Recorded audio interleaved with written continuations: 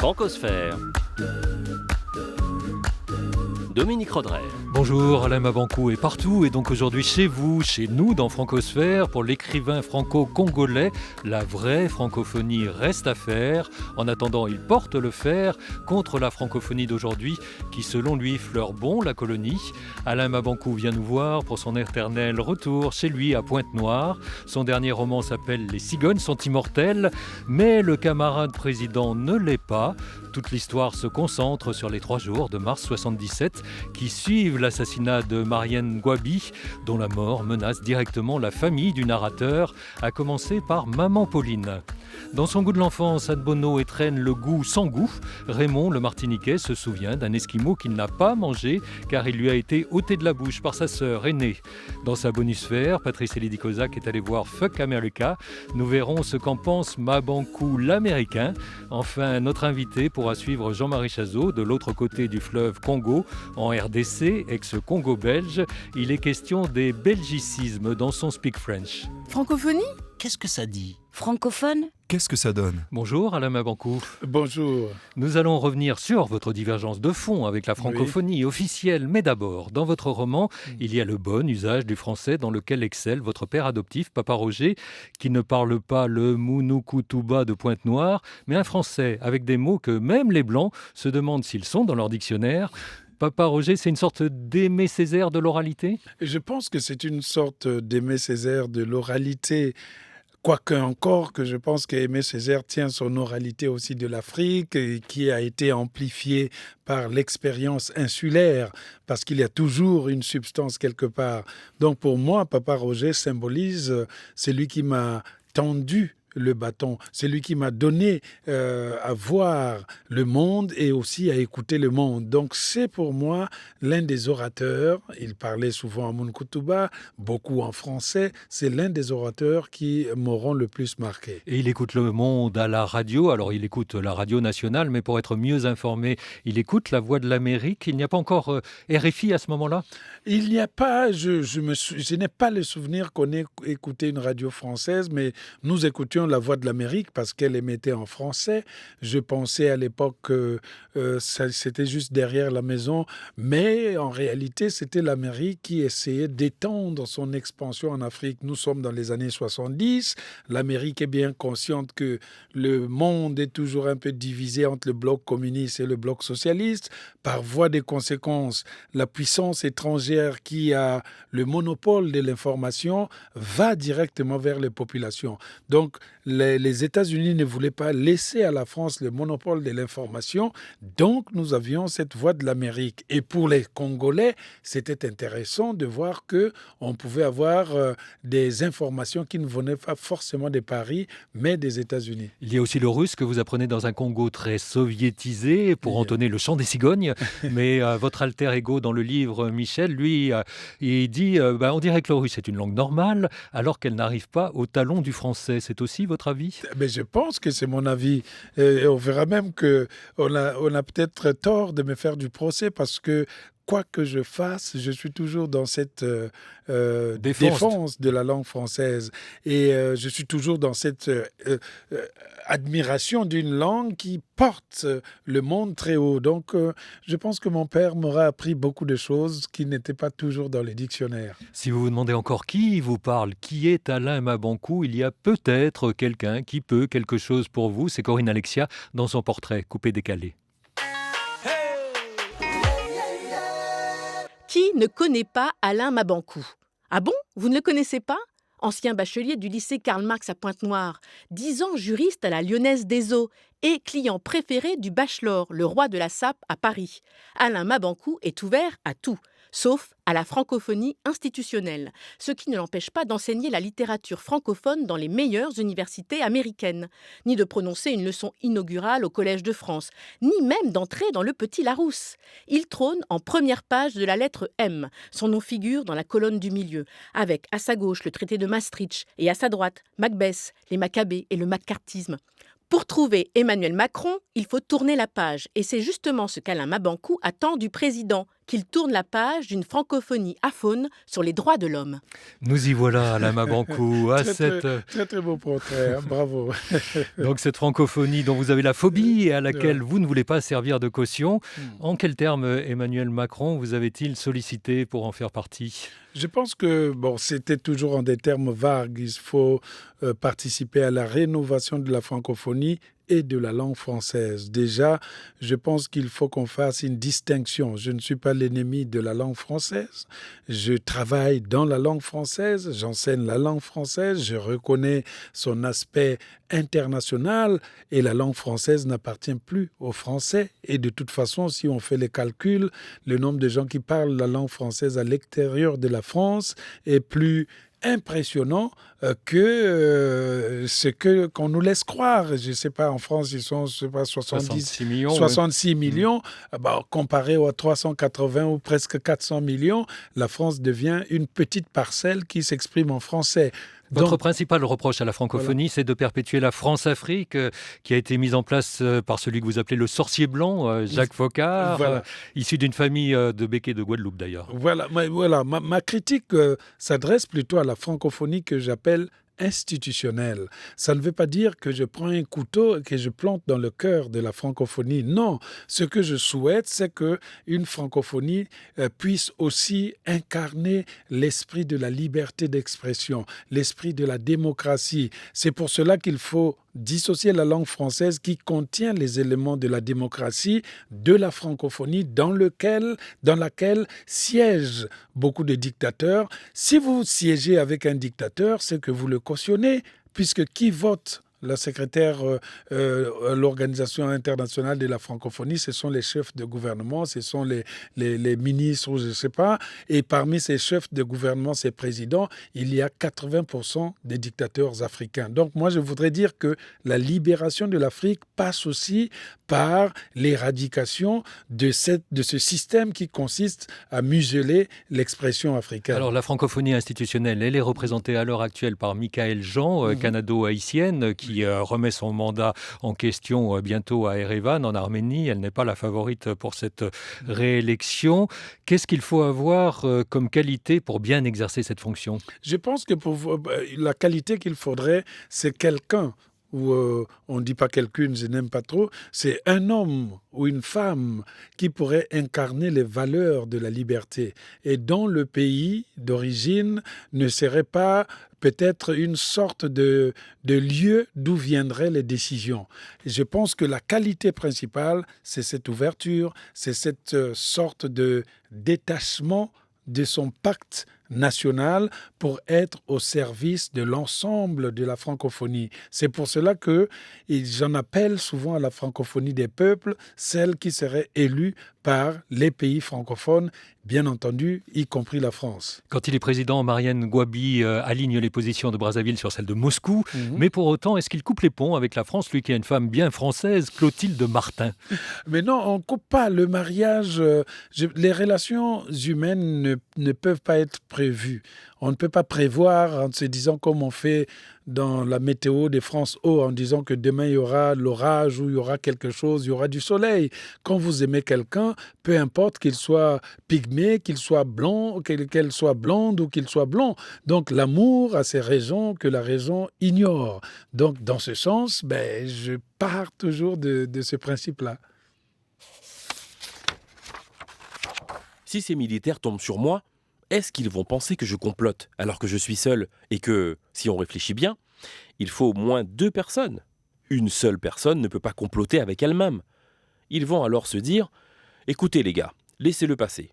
Il n'a pas encore de barbe, comme les maquisards de l'ethnie des Laris qu'on chasse et qu'on bombarde là-bas, dans la région du Poul. Lui, c'est un pauvre jeune garçon qui n'a peut-être pas encore mangé et qui rentre chez lui.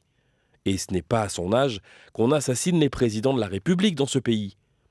Ils vont ricaner, pendant que moi je vais poursuivre ma route à la recherche de Mbouamabé.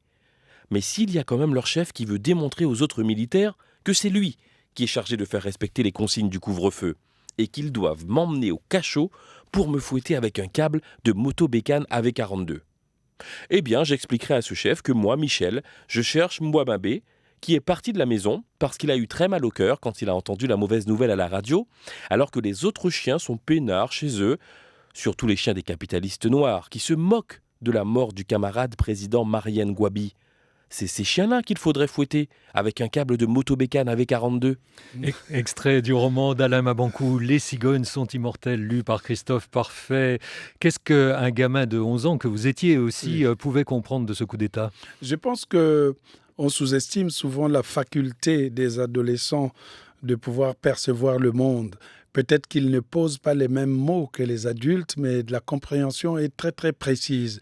Dans cette naïveté, dans cette langue de cet enfant qui semble un peu rêveur, se cache peut-être une vérité que même les livres d'histoire ne pourraient jamais atteindre. Et que vous permet justement, Alain Mabanckou, le passage par le roman par rapport à un livre de souvenirs sur cette même période ? Moi, je pense que le roman permet quand même une possibilité de rêve. Moi, je pense que quand vous lisez quelque chose qui ne vous permet pas de rêver, c'est que vous passez votre temps.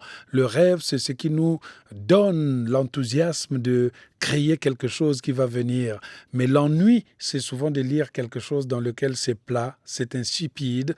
Et moi, j'ai voulu passer par le biais du roman pour faire entendre l'histoire du Congo, de la France et même du monde. C'est un roman aussi dans le sens de l'exaltation du courage de la femme africaine ou de l'homme, du mari africain. Coup d'État, couvre-feu de ces jours de mars 1977, vous gardez une impression de grande peur ou bien de relative insouciance dans une situation sans dessus-dessous ? On garde toujours la peur, d'autant plus que, comme on le voit dans Les cigognes sont immortelles, que la famille, la petite famille qui est la nôtre, est inquiétée parce que quelqu'un de la famille est impliqué. Oui, le frère de la mère. Le frère de la mère, qui était le capitaine Kimbwalankaya, est impliqué dans le coup d'État. Donc forcément, il y aura des exécutions à suivre. Donc on vit dans une certaine angoisse, une certaine inquiétude qui ne peut pas baisser tant qu'on n'a pas retrouvé les assassins de ce président-là. Francosphère, Dominique Rodrère. Nous sommes en compagnie d'Alain Mabanckou pour son nouveau et excellent roman « Les cigognes sont immortelles » au Seuil. Avant de revenir au Congo des années 70, nous plongeons dans la Martinique d'antan longtemps grâce au goût de l'enfance de Roger, recueilli et sonorisé par Anne Bonneau. Je crois que je vais parler d'un non-goût en fait. Vous m'en direz tant. Il y avait deux catégories. Il y avait le frozen, ce qu'on appelait le frozen, qui est de la glace pilée avec du sirop. Et le frozen était moins cher que l'esquimau. L'esquimau, c'était déjà le luxe, avec le chocolat autour. Vous croyez que ce n'est pas par snobisme que je vous dis ça? Quand j'étais petit, ma sœur avait l'habitude de faire des économies, beaucoup plus que moi, qui était un peu dépensier. De nos maigres économies, je dois dire, parce qu'on n'en avait pas beaucoup. Et un jour, elle achète 2 esquimaux. Quand on me donnait mon argent de poche, je me payais un esquimau. Et elle économisait plus que moi et elle achetait 2 esquimaux à la fois parce que le goût d'un seul esquimau n'était peut-être pas bon. Il lui en fallait 2 pour bien apprécier. Je crois que je suis jaloux. Et elle avait l'intention de manger toute seule ces 2 esquimaux. J'ai mes sentiments pareil que tout le monde. Si bien que quand moi j'ai vu qu'elle avait 2 esquimaux en main, j'ai eu d'abord l'impression qu'elle allait m'en donner un, ce qui n'a pas été le cas. Et quand je lui ai demandé de m'en donner un, elle a systématiquement refusé. Moi j'ai insisté jusqu'au moment où mon père est passé. Mon père, en juge équitable, a trouvé que ma sœur aurait dû finalement m'en donner un. Donc il a intimé à ma sœur l'ordre de me donner l'esquimau. Donc elle m'a donné un esquimau. Et sur ce, mon père est parti. Et ma sœur a jeté mon esquimau. Elle m'a donné un grand coup dans la main en jetant mon esquimau et elle m'a dit « de toute façon, tu le mangeras ». Et comme je vous en ai voulu. Donc c'est un non-goût. La frustration. Il y a une histoire de père, comme chez Alain Mabanckou, dont le père s'appelle Roger, mais là c'est Raymond le Martiniquais que nous venons d'entendre. Alors vous, Alain Mabanckou, vous étiez enfant unique, pas de sœur, pour vous faire des misères avec les bonnes choses, ça vous a manqué ?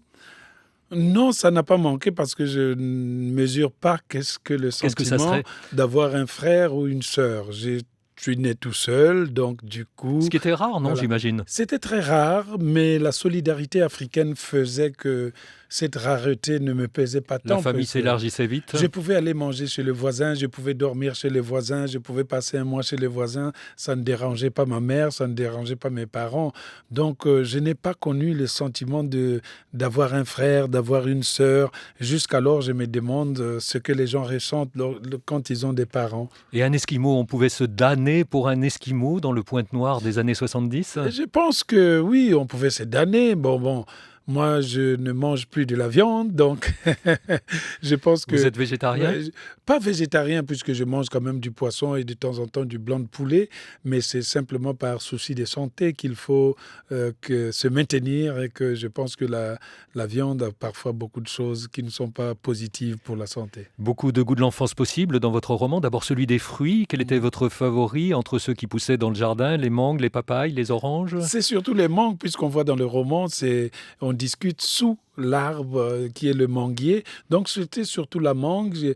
Et je n'étais pas obligé d'aller au marché pour acheter une mangue. Il suffisait que je grimpe et que j'attrape une mangue. Ou bien que j'attende que le vent, le soir, puisse secouer les branches. Et puis, il y aura toujours des mangues mûres par terre.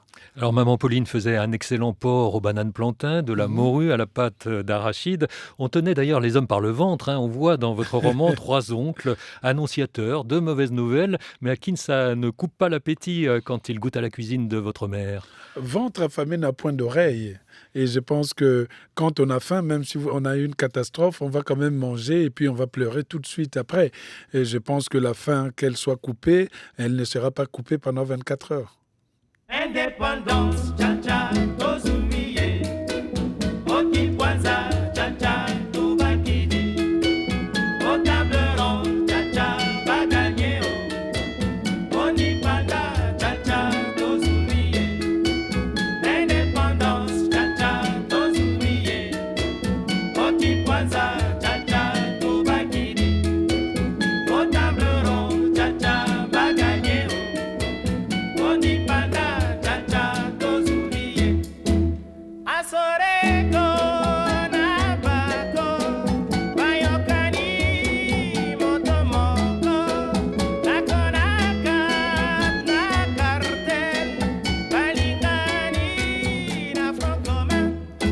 Grand Calais dans Indépendance Tcha-Tcha, un morceau que vous citez dans votre livre, Alain Mabankou.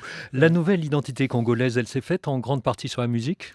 Elle s'est faite sur la musique. Quand on écoute le Grand Calais chanter Indépendance Tcha-Tcha, c'est aussi la libération de l'Afrique, c'est aussi l'espoir qui s'en suivait. Mais par la suite, on ne savait pas qu'il y aurait le crépuscule de ces indépendances.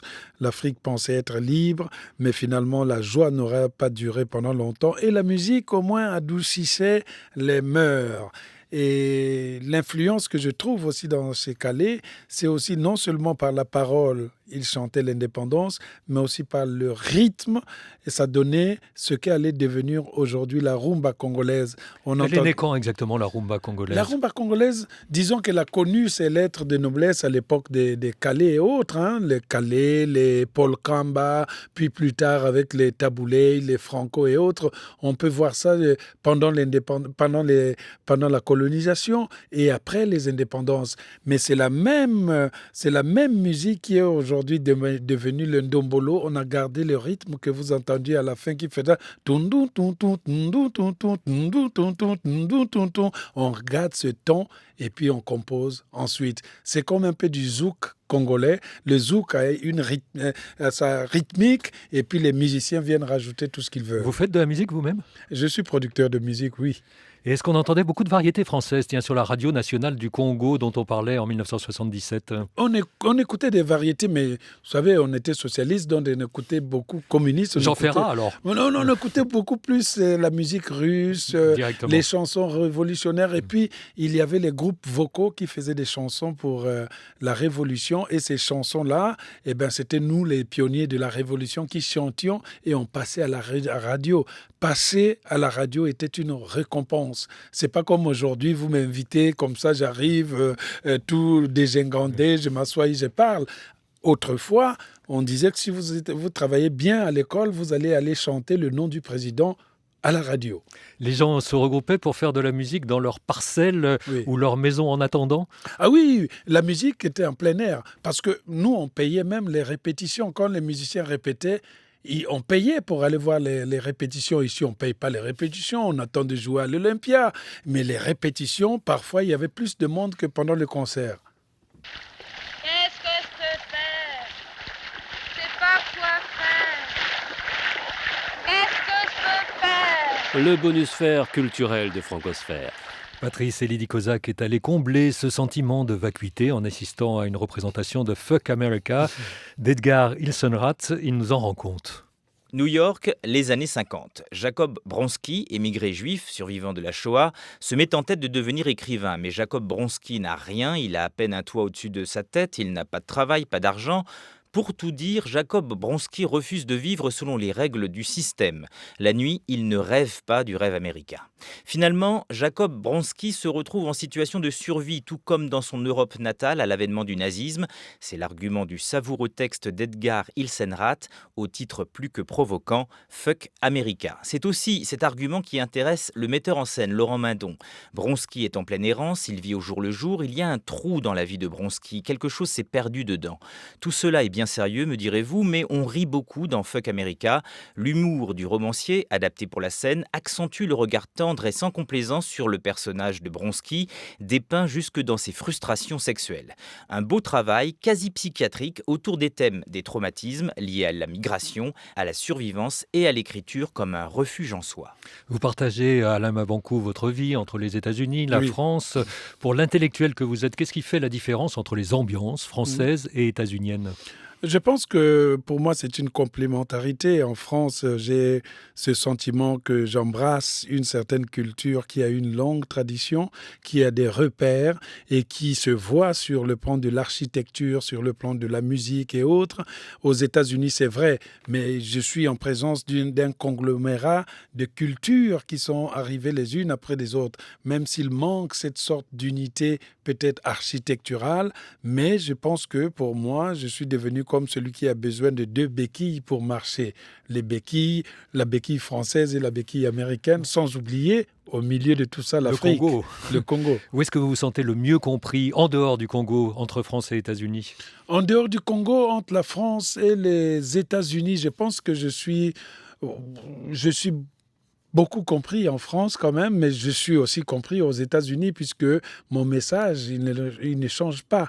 Mes livres, qu'ils soient écrits en français, sont traduits aux États-Unis. Les amis qui me font des petits papiers ou bien des félicitations sur les couvertures qu'on appelle les blurbs, c'est les mêmes, que ce soit les Uzondima Iweala du Nigeria ou Salman Rushdie, qui sont des amis. Je pense que le message, il est compris puisque j'étais même allé défendre aux États-Unis Charlie Hebdo qui avait reçu le prix pour la liberté d'expression. Et vous, que comprenez-vous le mieux, Alain Mabanckou, la mentalité française ou la mentalité américaine ? La mentalité française, c'est naturel pour moi puisque elle a squatté mon pays d'origine, le Congo, depuis fort longtemps.